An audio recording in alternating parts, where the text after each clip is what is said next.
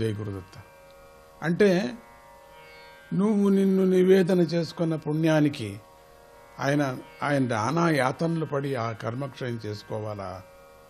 నివేదన చేసుకున్నాను అంటారు కదా చాలామంది. అది అంటే నిన్ను తనలో కలుపుకోవటం వల్ల ఆయన పరిశుద్ధంగా కూడబెట్టుకున్న ఆ పాలన్నీ కూడా పాపాలు తొలగించుకొని శుద్ధమైన పాలు అవి. అటువంటి శుద్ధమైన పాలన్నీ కూడా విరిగిపోతాయి కదా. విరిగిపోవలసిందేనైతే నీ పాపాలతో చేరినటువంటి పాలను కలుపుకున్నప్పుడు పరిశుద్ధమైనటువంటి పాలు విరిగిపోవలసిందేనైతే మరి ఇలాంటి విపరీత పరిణామాలను ఇచ్చేటువంటి నివేదన నువ్వు చేయవచ్చా? ఒకవేళ నువ్వు చేసినా ఆయన ఒప్పుకుంటాడా? ఈ రెండు ప్రశ్నలకు సమాధానంగా ఇక్కడ ఒక ఉపాయం చెబుతున్నాడు శివుడు. ముందు నిన్ను నువ్వు శుభ్రపరచుకో. నీ కర్మభారాన్ని క్రమంగా తగ్గించుకో. శుద్ధమైందే మనం పరమాత్ముడికి సమర్పణ చేయాలనే దృష్టితో చెప్పబోతున్నారని చూస్తాం. మొదట గురువుకు చిన్న చిన్న సమర్పణలు చేస్తూ ఉండాలి.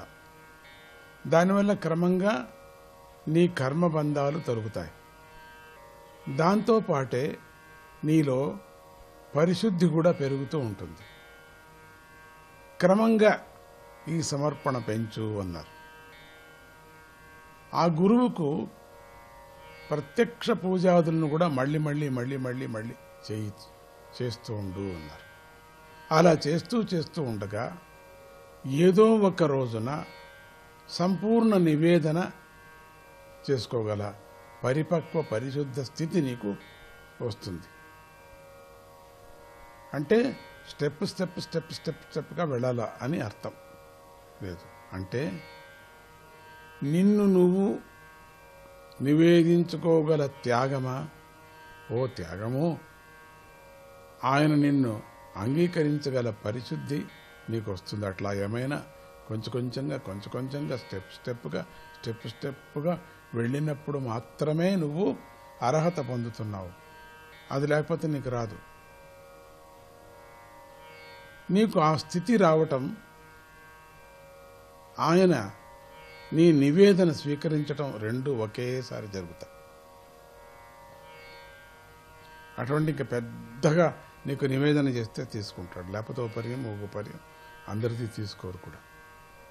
ఇలా నీలో పరిశుద్ధి పెరుగుతున్న కొద్దీ నువ్వు చేసే ఈ చిన్న అర్పణలు ఆయనకు మరింత సంతోషాన్ని కలిగిస్తూ ఉంటాయి.